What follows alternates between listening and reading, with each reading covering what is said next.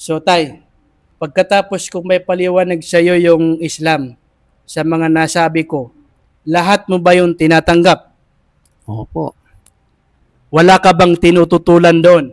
Wala. Magandang turo. Hindi angit tutulan. Magandang turo sa Islam.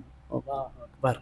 Okay, so wala siyang tinututulan. Ibig sabihin na tinatanggap niya yung mga paniniwala sa Islam. Ang kulang na lang kay tatay para maging Muslim siya ay yung tinatawag na shahada. So, tay, sigurado ka na ba na nais mong sumunod sa iyong anak?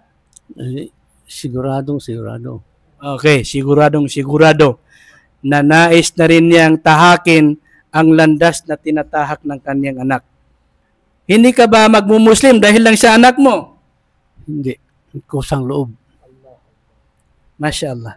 Okay, so kusang loob yung pagmumuslim niya.